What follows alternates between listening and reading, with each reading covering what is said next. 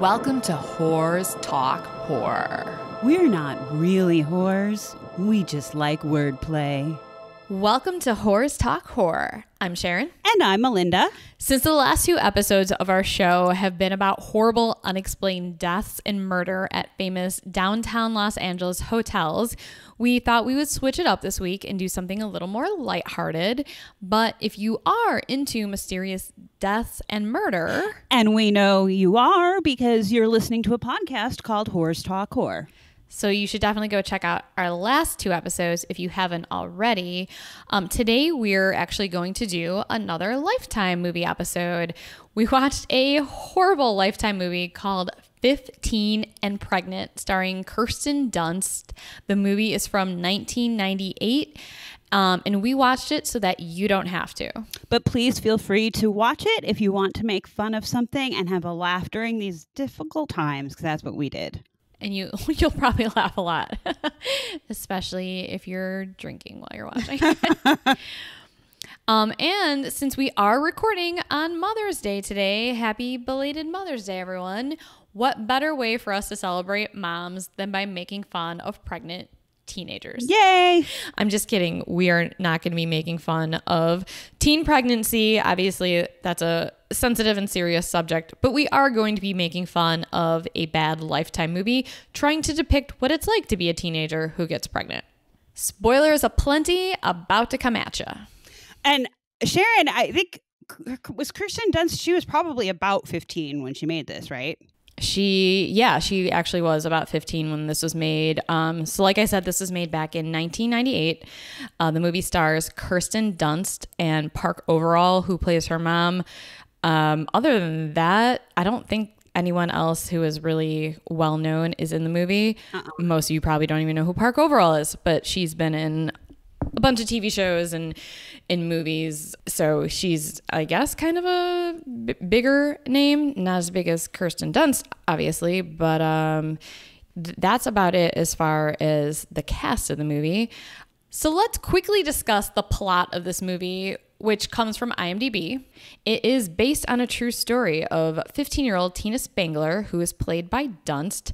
She discovers that she is pregnant, and her choices are to either have an abortion, put the baby up for adoption, or endure the lonely, exhausting life as a single teen parent. She's abandoned by her boyfriend.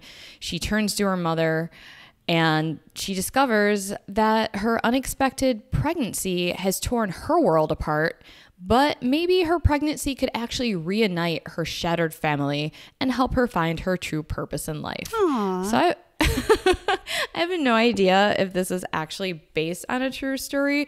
I couldn't find anything to back up that claim. Plus, the movie is just really kind of unoriginal and uses basically every teen pregnancy cliche in existence. So there's not anything really special or interesting enough about the story to even want to base it on a real person. So I'm just going to say that it's a true story in the fact that 15-year-old girls have gotten pregnant. And to be fair, though, the majority of Lifetime movies claim to be based on a true story because people are evil.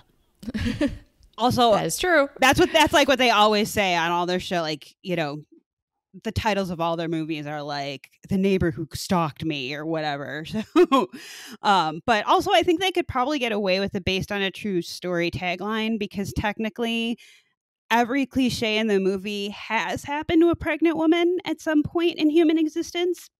So technically that's true. Some women do get bad morning sickness, or some women do lose their partner while expecting. Lots of people think abortion is hellfire and damnation, as well as you'll see these characters do. We'll get to that. The point is, these are all events that truly have been experienced by some pregnant women. So true. And there's not too many fun facts or trivia about this movie, but there is one fact that I'll have Mindy read you, and then I'm going to read some of these hilarious IMDb reviews for the movie that include horrible grammar, spelling, and all. All right, so Mindy, what is the only piece of trivia that we actually found about this movie? Fun fact, the film earned Kirsten Dunst a Young Star Award for Best Performance by a Young Actress in a Miniseries / Made-for-TV Movie. Okay, I want to know who her competitors were if she if she won for best performance. Well, and I like that is this an Emmy? Is this like what or is that's the name of the award? I've never heard of the Young Star Award, but I like that it's just kind of vague. And yeah, what was her competition? That would have been interesting to see. So IMDb had some pretty comical reviews. This review is a 9 out of 10 for the movie 15 and Pregnant. I think this might be my favorite too. I'm not sure. Yeah, I think we're going to start off with the best one here. So I'm going to read this verbatim. This movie was really good and it scared me. Kirsten Dunst is one of my favorite actresses, and I wanted to see every movie that she made. When I read her filmography, I wanted to see that movie.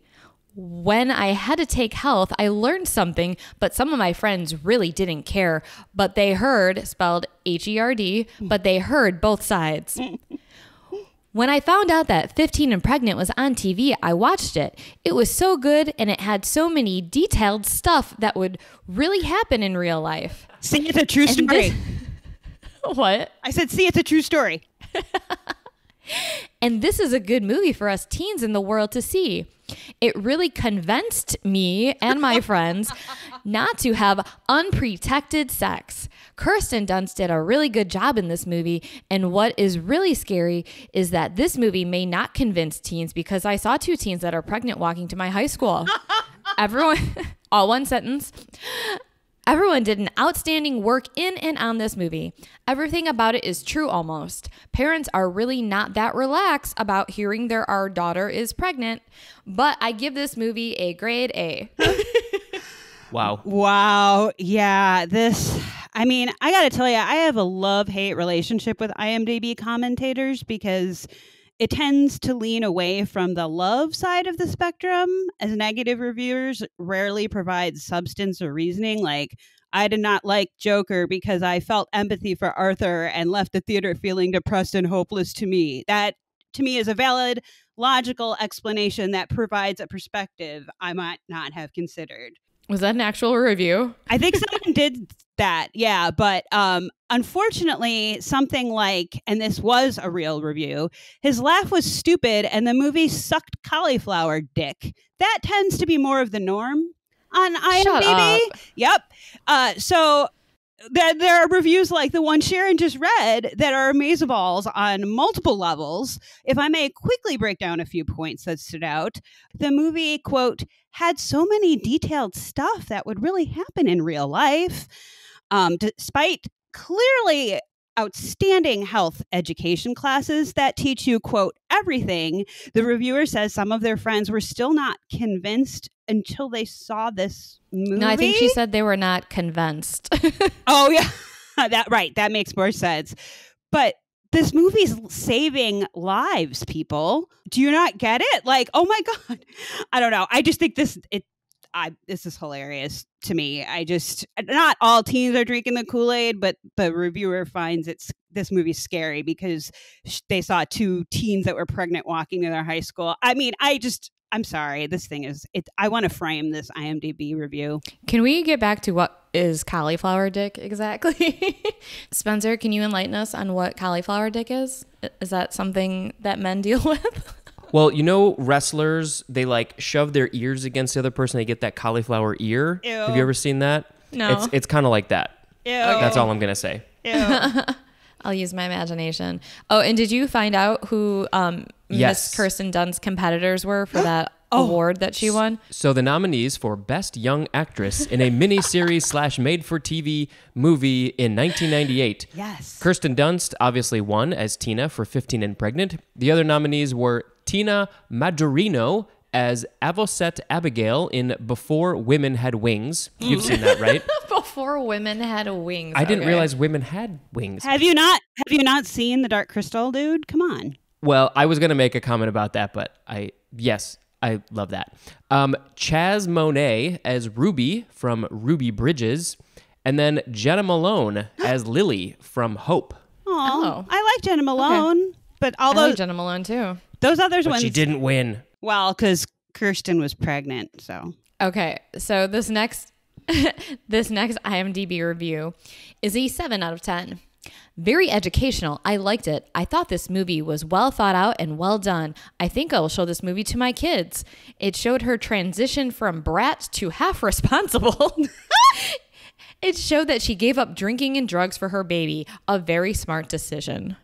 How old is this person who wrote this? And how old are her kids that she thinks need to watch this? There were actually a number of moments where I hardcore felt like I was watching like one of those educational films that you'd watch in health class. In health class in junior high or some shit. Yeah, I know it's older, but the film quality even looked like those cheap health class movies. And I also agree with this reviewer that giving up drinking and drugs for a baby was a very smart decision. Facts. Such an educational movie. And we have one last IMDb review, just in case we haven't convinced you enough how important this movie is to stop young girls from becoming young mothers. Very well done, Sharon. So this is an 8 out of 10 for the rating for this film. This film is so awesome. I first watched this film when I was 10 years old and loved it. I love babies and anything to do with babies. Oh, no.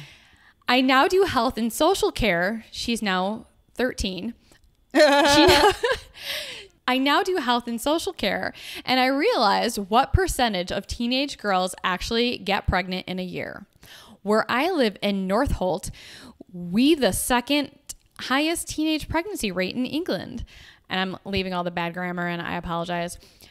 But the main reason I like this film is because it looks at what teenage mums or mums-to-be go through during or after their pregnancy.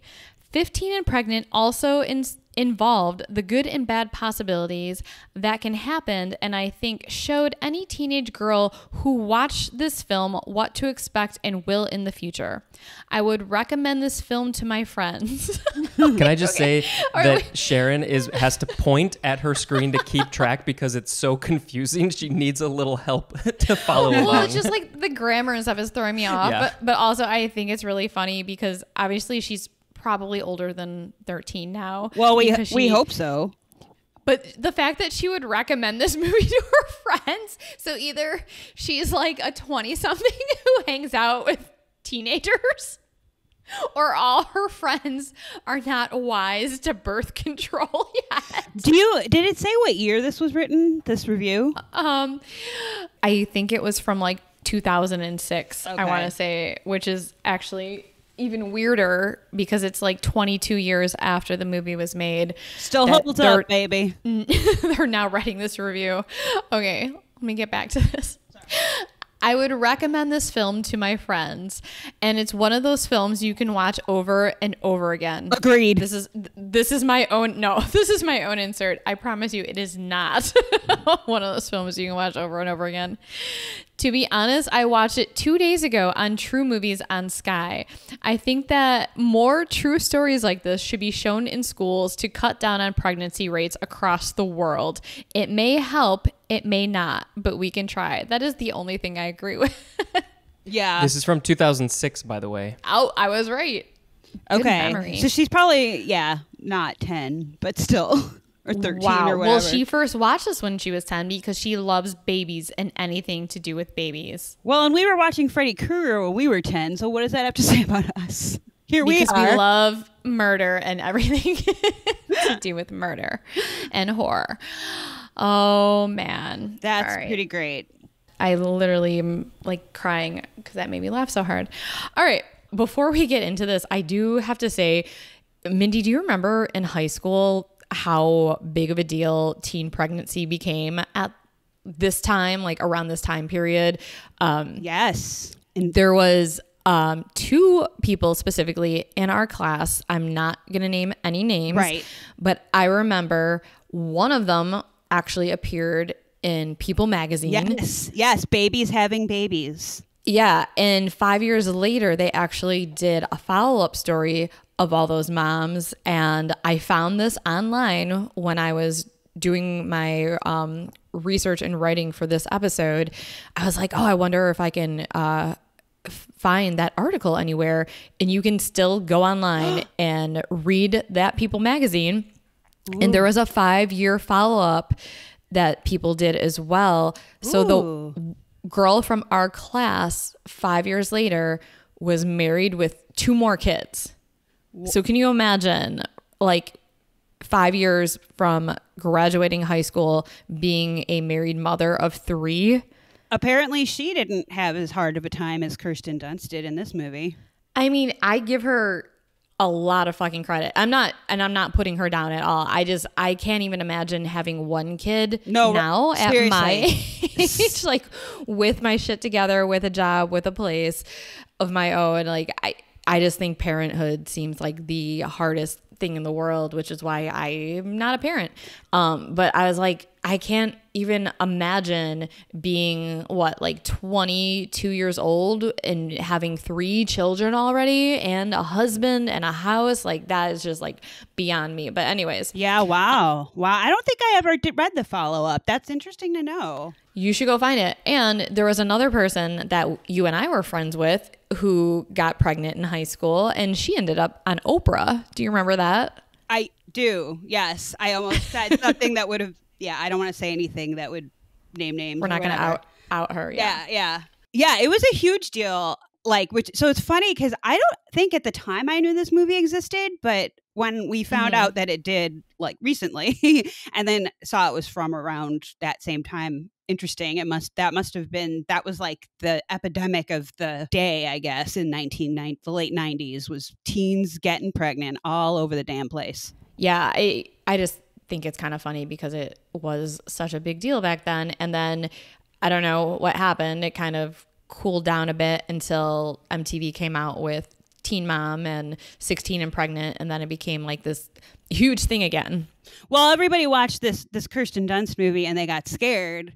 So then they stopped having sex for a while, and then that's what happened. And then 10 years later, they were like, all right, now we need to come out with 16 and Pregnant because people are forgetting about this amazing Lifetime movie and teen pregnancy rates are rising again. We need another solution. MTV, come save the day. Yay! All right, so let's get to the actual story, the actual plot of this movie. So the movie starts with Tina, once again, played by Kirsten Dunst. Award-winning performance by Kirsten Dunst. Yes. What was that award? Best Young Actress in a Miniseries or Made-for-TV Film. By the way, she has been nominated and probably won for other awards in other years for other movies for this Young Star Award. I think this is all rigged. I think she was paying off the Academy, the Young Star Award Academy. Oh, it's presented by The Hollywood Reporter. Oh. Anyways. All right. So the movie starts with Tina, played by Dunst, about to have sex with her boyfriend, Ray. There's cheesy 90s pop music playing with the lyrics. I'm not going to sing this, but the lyrics are, love me, need me, please me, tease me, feel me, touch me, I'm your forever girl. And the song plays over and over again throughout the entire movie. Yes, it does. Mindy, I think we should actually listen to a clip of the song now. Agreed.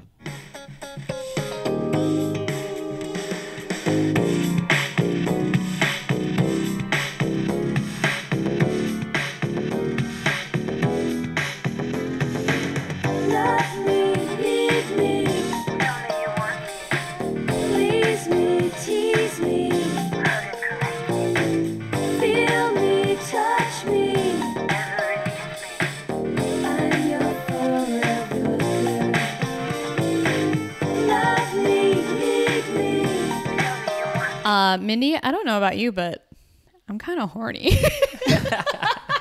What's Sixpence None the Richer? Is that the name of that band that sang? Who sang that "Love Me" song? Did they steal it from this? It just occurred to me. It sounds a lot like it. It does, but I know what you're talking about. You're talking about that song. It's like, love me, yeah. say that you love Cardigans. Me. Yeah, it's the Cardigans, that Swedish band.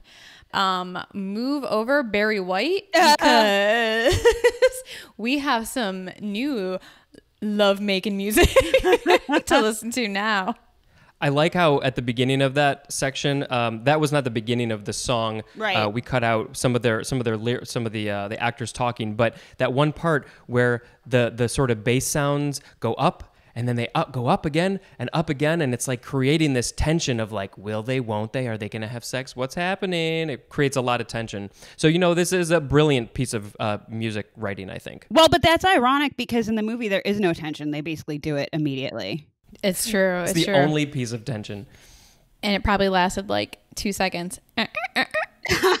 Sploosh. And I have to say, we had a really, really hard time finding this song. We ended up playing it on our TV and just I held up the microphone to the TV to record it because nobody knows who wrote this song. Might be called Forever Girl. Probably because they don't want to get sued by the Cardigans. Yeah, that's my guess. Actually, that's very true. We did a lot of searching and could not find the actual artist and title. So if you happen to know, please let us know. They weren't even listed in the credits. You said, yeah, they right? weren't even in the credits. There was one song listed in the credits, and it wasn't this one. Really? Yeah, it's a mystery. Huh. Weird. And right before they have sex, Tina says to Ray, "Don't say you love me if you don't." Guess what? He doesn't say shit to her, and they do the nasty. But they don't actually show it because it is a Lifetime movie. And they're teenagers. I literally wrote down, wow, opening scene, they just dive right into the sex, huh? Or implied sex, because yeah, it's 1998 and Lifetime, so we just get the implication. What up? It's Always Sunny reference. As Dennis Reynolds would say. The implication. I won't speak for Sharon here, but let's just clear this up right from the start. Ray's gross and he totally sucks. Like, why she would want to have sex with him at all, I literally have no idea. And yeah, that "don't say you love me" line, I wrote down, how about we start with "don't even think about sticking it in without a condom." Alas, Ray Douche-Nozzle, as I call him, neither says he loves her, nor does he bother with protection, but the movie's title kind of spoiled that right from the start. So the movie has no idea how to show passage of time. I noticed that right away. So almost in the next scene now, Tina, she's at high school, or she's in school. She goes to the bathroom, looks down, and sees blood in her underwear. And they actually show the fucking blood in her underwear. Not sure why exactly the director felt that they needed to show that instead of just suggesting in other ways that she got her period. But she looks totally relieved. So I'm assuming at least a month has passed here since she's had sex, but it feels like it's literally the next day. So that doesn't quite make sense. But also, when you're a dumb teen and don't really understand how bodies work and how babies work, you might think that, you know, if you have sex one day and you get your period the next, that you're safe when, spoiler alert, she's not. Yeah, I've never had so many questions about a movie that I gave so little shits about getting answers to. It's weird. Thematically, they're all over the map, which I found really jarring because what the fuck are you trying to say here? I mean, clearly the message is pro-life, but they managed to work in pro-choice perspectives, divorce, family rivalry, mental instability, more in a bit. There's even a passing swipe at Catholicism and religious hypocrisy. It's all over the place. Yeah, they do try and throw a lot in there. Just cover the entire gamut of everything that could possibly be concerning to teenagers at that time. Like literally, yeah.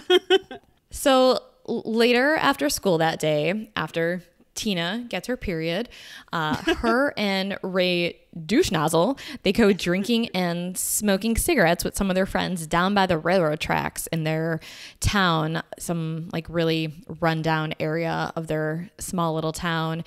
And before Ray passes Tina a bottle of alcohol, he does some really awkward cunnilingus type tongue movement on the bottle and then passes it to her to take a swig. It was really disgusting. Once again, it was like another, like, why is the director choosing to show this instead of, I don't know. It was gross. Yeah. But he really knows how to impress his girl, though.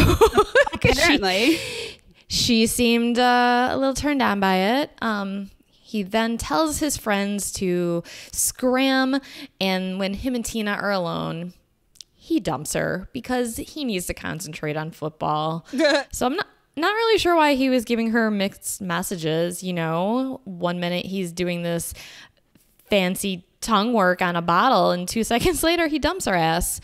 And she just responds with, I thought we were going to be together forever. Of course she did. I'm going to go with, he really wanted to get in her pants, and now that he has, laid a bitch. Pretty sure that was the reason. No, guys don't do that, especially not high school guys. I know, right?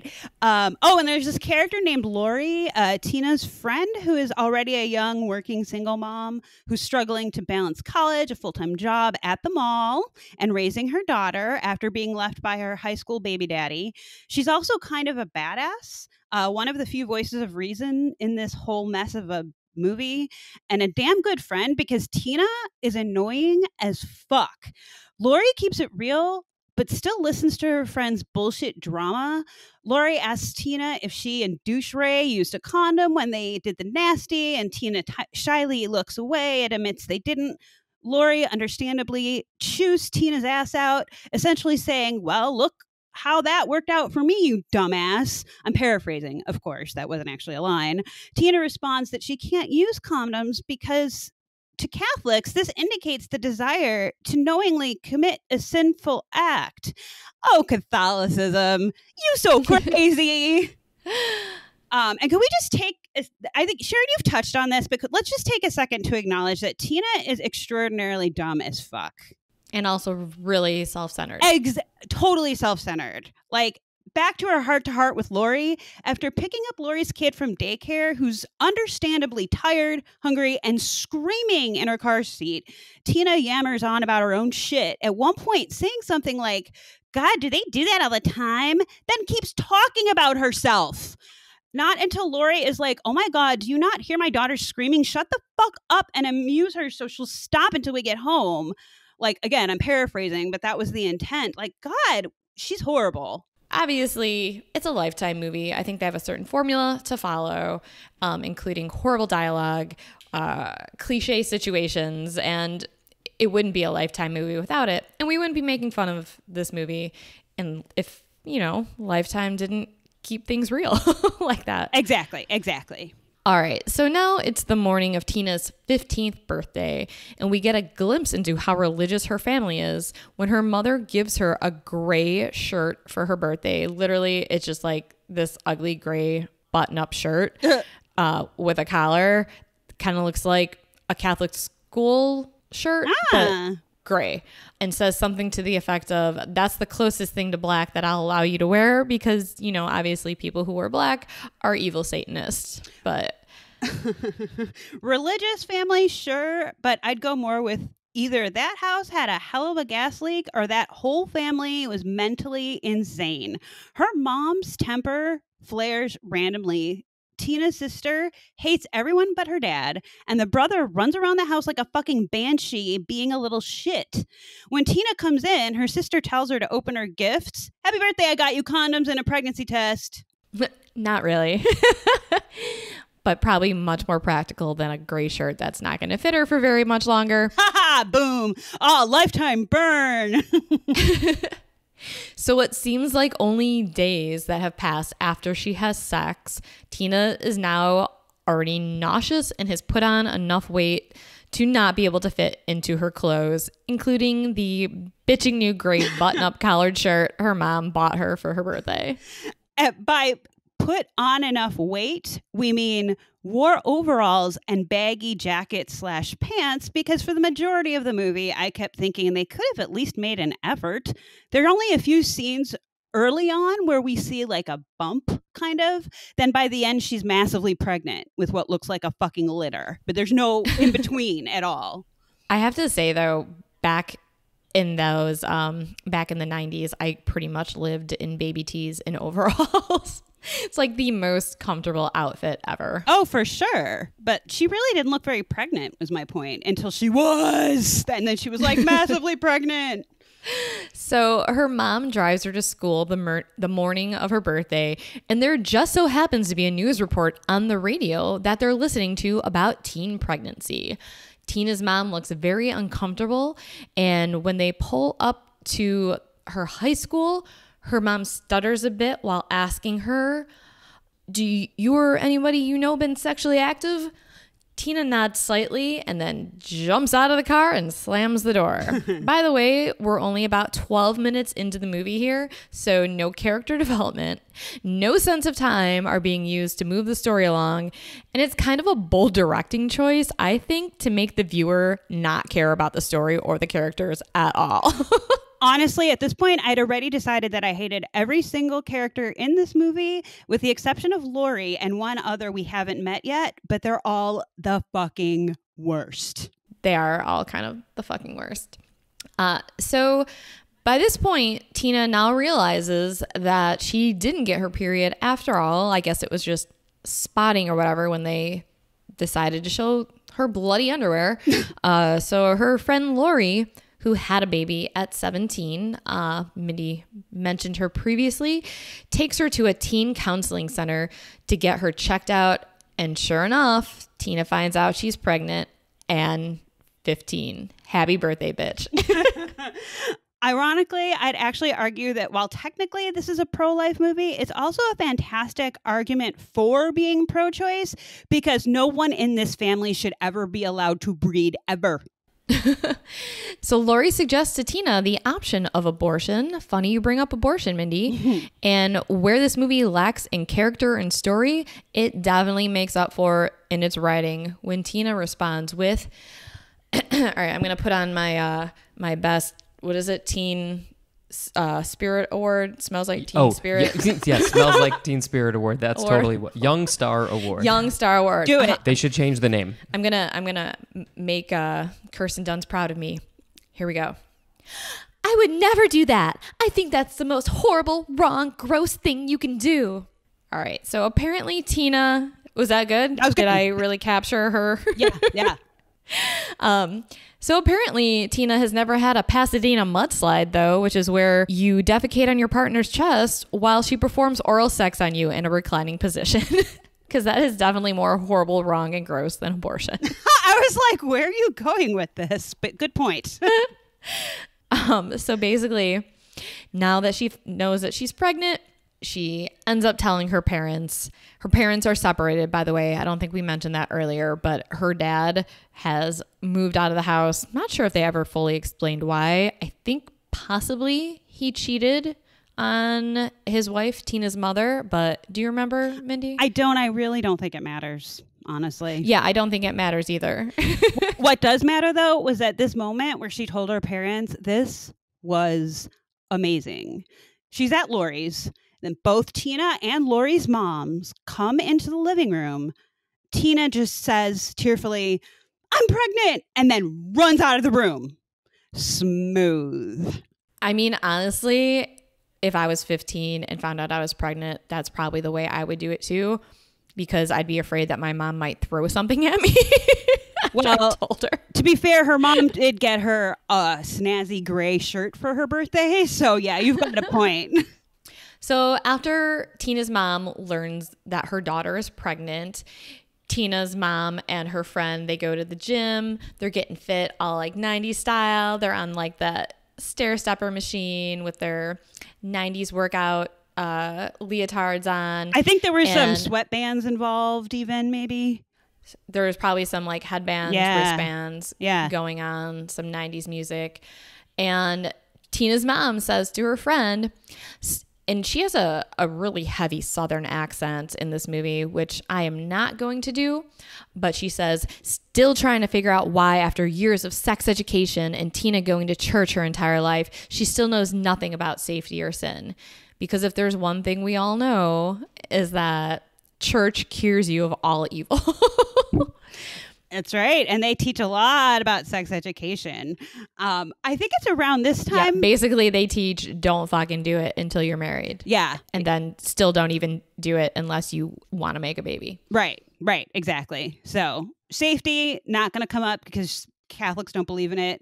Sin, that's covered. But oh, yeah. Sin's definitely covered, especially in Catholicism. That kind of, but that's really all we get. So I think it's around this time in the movie we see a scene with either Tina and Lori's mom talking, or Tina's mom's talking with the dad, who she clearly still wants to bone. Anyway, Tina's mom's struggling to accept Tina's pregnancy and literally says, part of me wants to comfort her, but a part of me really wants her to suffer the consequences too.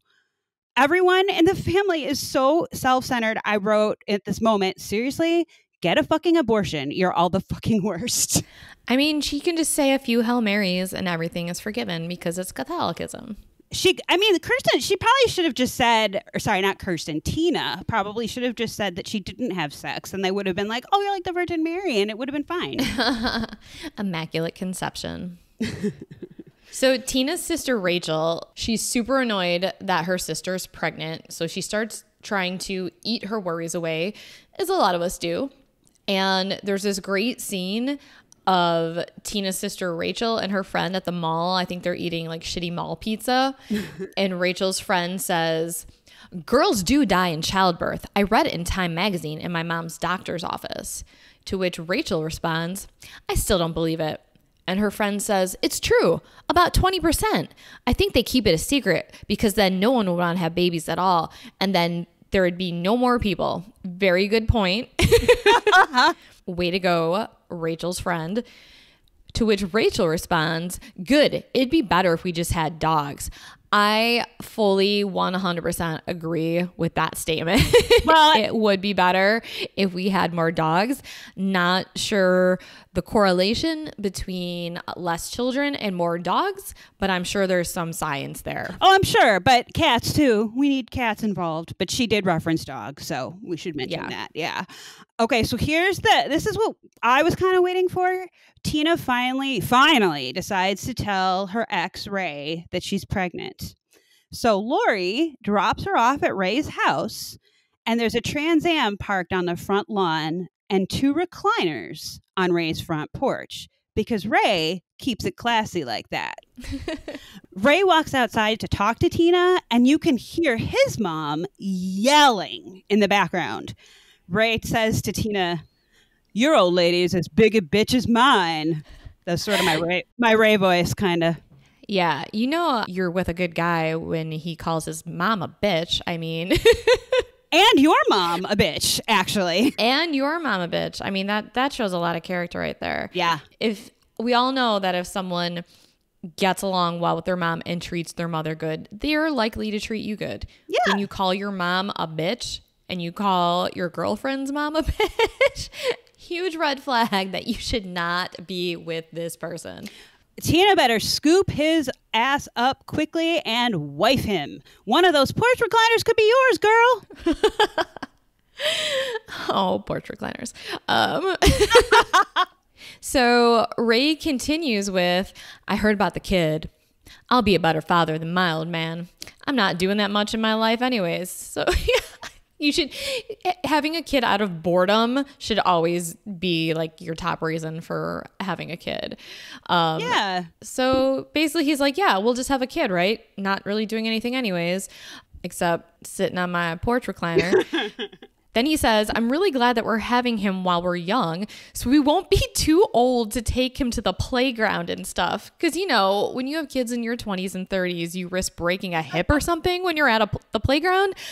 You know, you have to be in your prime high school years to fully enjoy having a kid. You can skateboard with him at the skate park. You can... That whole scene with Ray talking to Tina about having a kid basically out of boredom and it'd be cool to take him to the playground reminded me of my favorite Keanu Reeves line from the movie Parenthood, where he says, you know, Mrs. Buckman, you need a license to buy a dog. You need a license to drive a car. Hell, you even need a license to catch a fish, but they'll let any butt-reaming asshole be a father. And of course, Keanu Reeves says it in his best Ted type voice from Bill and Ted. Hell yeah. But and I know that I love that movie. I haven't seen that in a really long time. It's a better movie than this one. But if you've never seen Parenthood, check it out. It's pretty old, but it's amazing, and it has Keanu Reeves and a super, super young Joaquin Phoenix back when he was still known as Leaf Phoenix. Yes. And Steve Martin, who's fucking hilarious. Yeah, it's a funny movie. And I know that this movie we're talking about is a Lifetime movie and an older one at that. But I think the intention of that scene was for viewers to empathize with the sweet, innocent girl falling for the bad boy, how blinded by love she's become. But instead, it kind of just came off as being pathetic to me. Yeah, but honestly, we can't be too harsh. I know I dated my share of pathetic losers in high school and sadly college, and sadly maybe even beyond college. But hey, man, we all go through our bad boy phase. You know what? Yeah, I guess. But Ray just sucks. Anyway, moving on. Ray does really suck.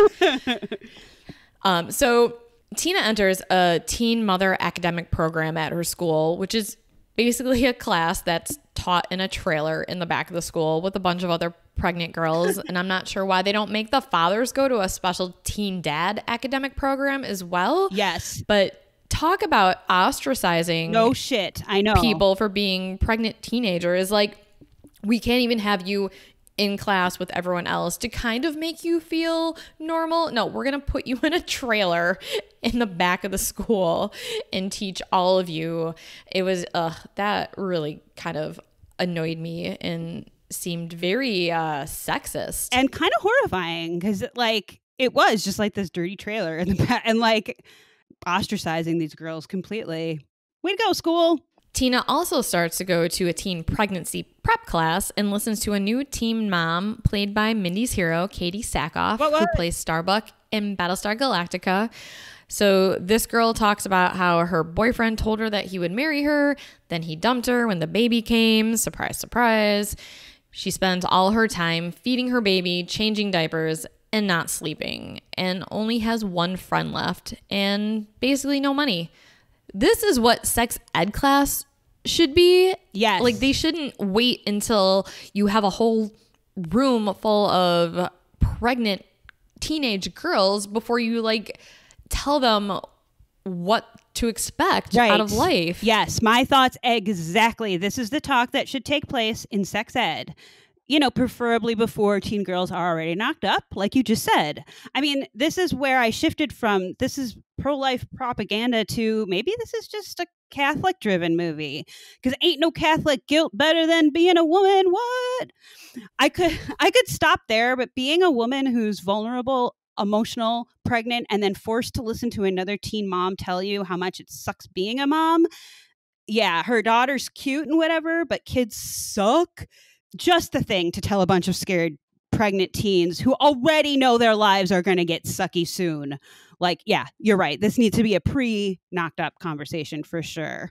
I will say, as usual, for those of you who are familiar with the Ronald Moore Battlestar Galactica, Katie Sackhoff, super young, and she works her magic. Probably not a surprise to any of you fans. If you've seen the episode Scar or Maelstrom of Battlestar Galactica, you will not be surprised that Katie takes one of the worst monologues I have ever heard ever and breathes life into it. So that by the end of the scene, I actually felt empathy for her. Kinda. You know who really feels like shit, though? Tina. Yeah, she's starting to feel more and more like shit because her boyfriend, who was supposed to attend the class with her, does not. And he ends up dumping her again. Shocker! So now we're going to fast forward a little bit. Tina's parents decide that they're going to end their separation basically for the sake of Tina and the new baby and try and make it work and move back in together. Then my favorite character of the whole film, yes, badass grandma, shows up making homemade donuts and dropping truth bombs on the entire family. Yeah. She tells Tina's younger brother that he needs to help out his mom and pregnant sister more because if he wants to be a man, that's what men do. Fuck yeah, granny. Then she also tells Tina's mom that Tina should give up the baby because she's too young to be raising a child. She makes Tina's mom basically feel like a bad parent and questions her relationship with her previously estranged husband and tells the entire family to kind of, you know, get your shit together. Yeah. So Tina's sister, Rachel, is actually really happy that her grandma's there because she's finally getting some attention. And she is also like, finally, there's someone in this family who actually makes sense. Can I please come live with you? So eventually, Rachel does move out and goes and lives with her grandma. Badass grandma was actually the other character next to Lori that I didn't totally hate in this movie. Basically what Sharon said, clearly she's the only one in her family with a brain. Bitch keeps it real, like a little too much, because shortly after arriving, she's being driven back to the train station by Dad. Oh, Grandma, thanks for coming and making us all feel like shit. All right, time for you to go home now. This is like probably one of my favorite scenes. So she's about to board the train, right? And badass Granny tells the dad, again, I'm paraphrasing here, but she tells him to get his shit together, get his house in fucking order, and deal with his wife and fucking be supportive to Tina. In response, Dad tries to backpedal and gets kind of snippy, saying they're trying their best, but adulting is hard. Badass Gran picks up her bags, hugs her son, the dad, says goodbye, and then says, and I quote, I know you're trying hard. Try harder. Oh, shit. She turns on her heels and walks off to board the train, doesn't even look back. Mic drop.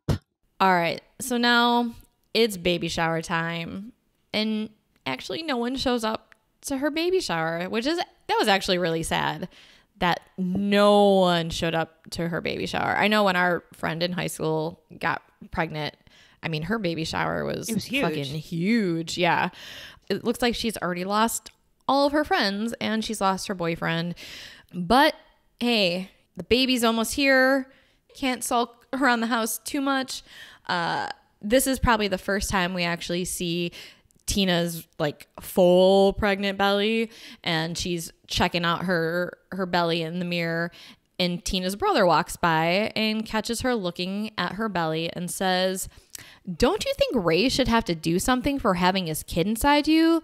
Like pay rent? So obviously Granny's little lecture is already making an impact on him because now he's even more of a man than Ray Douche-Nozzle.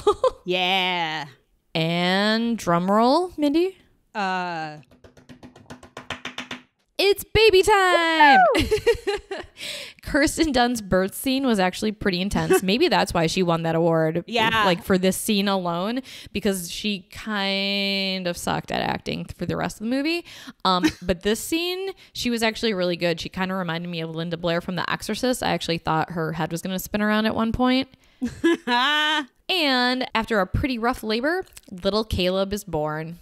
With the family unit now restored, with both a mother and a father under one roof raising their children, as it should be, like it says in the Bible, Mom's suddenly more chill. I'm going to go with Dad's Xanax dick is the reason for why she's more chill. Tina's brothers calm down for like 5 seconds and is actually kind of sweet. And Rachel even came with Granny from the farm to see the baby. Aww. I know. Now that Tina and her siblings have their proper role models restored under one roof, they will be able to guide their children and now grandchild onto a more righteous path. This also means that it's okay to love Tina again, even though she, quote, went through labor before she learned to drive a car. We get it, Mom, but move the fuck on already. The baby's born. Anyway. The movie ends with a gradual fade to black, with Tina in her wheelchair holding the baby and smiling, with Mom, Dad, both siblings and Granny standing adoringly around her, with a road of sunshine and roses ahead. Nah, it just fades to black with the stupid voiceover that recaps Tina's doubts and fears with a, we'll see what the future will bring, feel at the end of it. Wah, wah, wah. Yeah, the end of the movie kind of ended like a bad TV sitcom or something. I kind of wanted the Curb Your Enthusiasm theme song to pick up at the end. That would be awesome. That would have been hilarious. All right, that is that. You definitely do not need to watch this movie because we basically just told you the whole boring ass plot. Cliches and all. But first, we have to pick our favorite quotes. Yeah, we do. My favorite quote is, "Sperm doesn't entitle you to much," which comes from Tina's dad to Ray as Ray and his new girlfriend walk into the hospital while Tina is giving birth in another room. The fucking nerve of them. But also good for him to say that, because that, you know, kind of makes me like the dad just a little bit more. I don't know. They all still kind of suck, but Ray sucked the most, so he should get lost. My favorite line is, "Will I have to give up soccer?" which was said by Tina upon learning she was pregnant. That sounds like something that you would hear in one of those like 1970s or 1980s tampon commercials. Like, am I still going to be able to swim? Right. Or like in health class. Again, I do think that this movie should be shown in health class because it totally sounds like that. Totally. Oh, this has a 5.7 rating on IMDb, which I actually find shocking. That's a little too high, I would say. Well, I think it was because of those three raving reviews that we read earlier. Oh, right. The teenagers who relate. Yes, a good point. Good point. Yeah. So I'm going to give this movie 3 condoms out of 10. Even though this movie is far from great, it does convey a pretty effective message that I think would frighten most teens to try to avoid getting pregnant. Basically, it's more effective than sex ed class. So I guess watch it for those reasons. Yeah, I'm going to go with 3 condoms as well. I do agree that this has an effective message and would definitely frighten more uneducated or conservative teens. And by that, I mean, you know, I went to college in a little farm town and like their Walmart would not sell birth control to teenage girls. So like there are communities out there where there are girls who don't know this stuff. So those people, this might be a good movie for them to watch. But for that reason, I'm also adding a bonus IUD because after that baby is born, you can never be too careful. All right. So that is going to do it with this movie. Mindy, have you been watching any good movies lately? Well, I actually just found out that I think The Lodge is on Hulu. Yes, I plan on watching that tonight. Actually, I do too. Funny. So I was going to watch that. But I've been watching this show called about Skinwalker Ranch on the History Channel, I think. Oh, okay. But it's this like new team that's in there trying to, you know, research the place and all the stories that have gone on for centuries. And it's actually kind of interesting. I won't go into it too much, but I would recommend, if you're interested in that kind of thing, it's kind of cool, the stuff they're finding. I would recommend it. So I watched an episode of that show, the Holzer Files, as well. We had talked about Hans Holzer. He's like considered one of the first like ghost hunters kind of guys, whatever.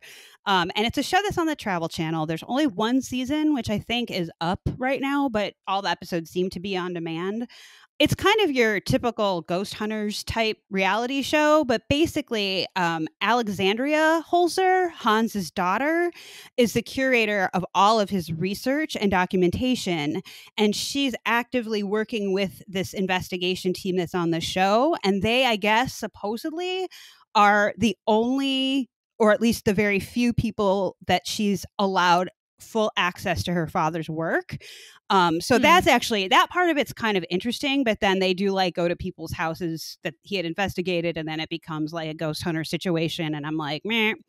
So I wish they just kind of talk more about his files and like that kind of stuff, but maybe that's what season 2 will be. Who knows? If you're into that kind of thing, you can watch season 1 on demand on the Travel Channel. Cool. Thank you. Yeah.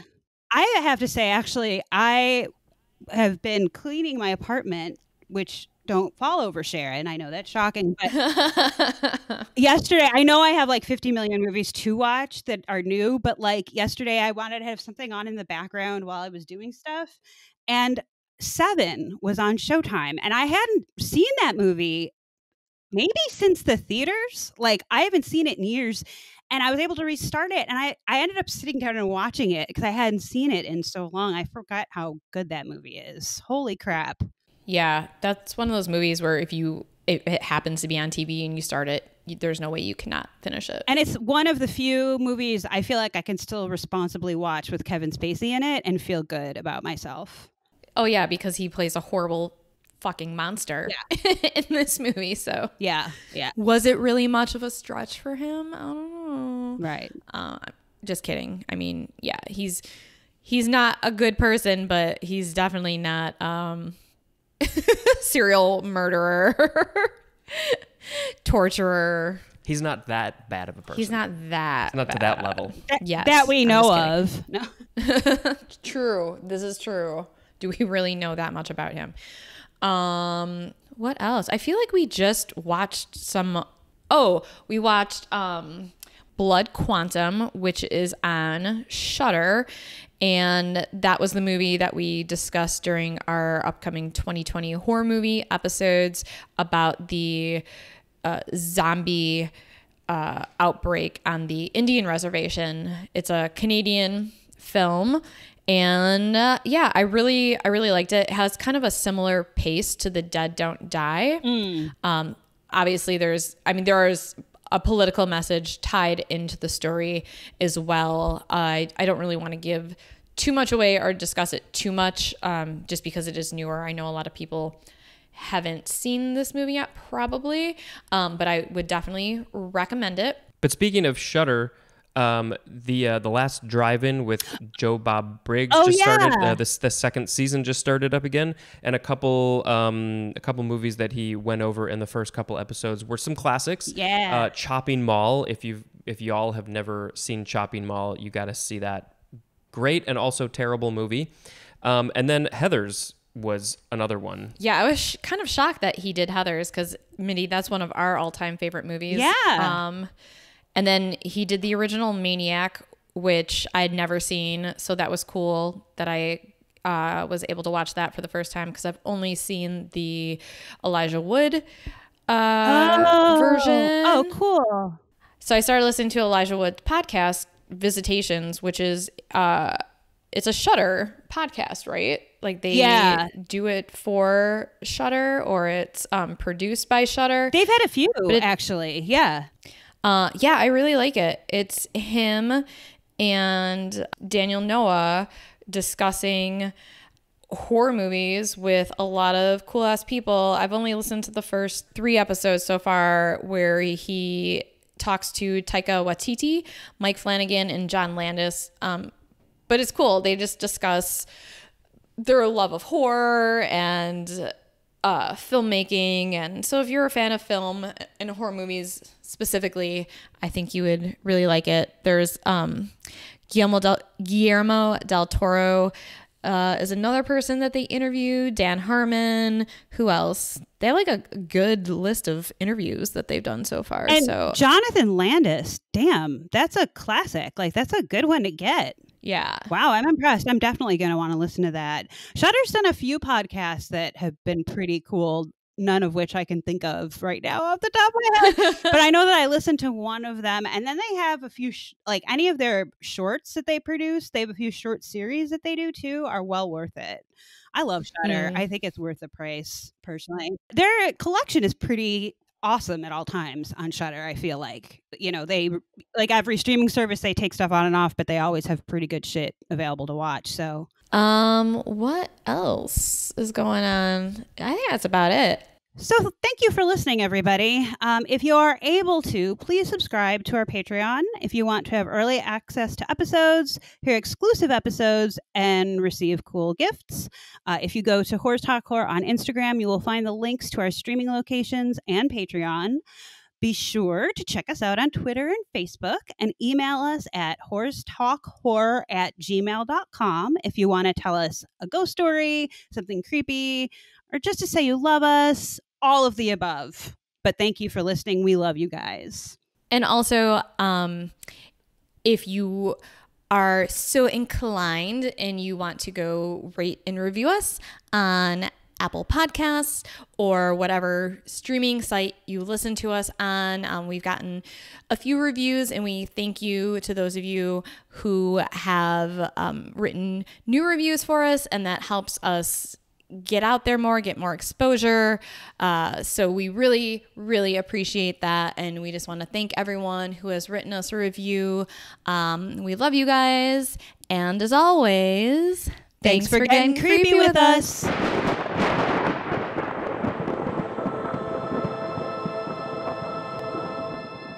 Sharon, do you want a beer? Oh my God.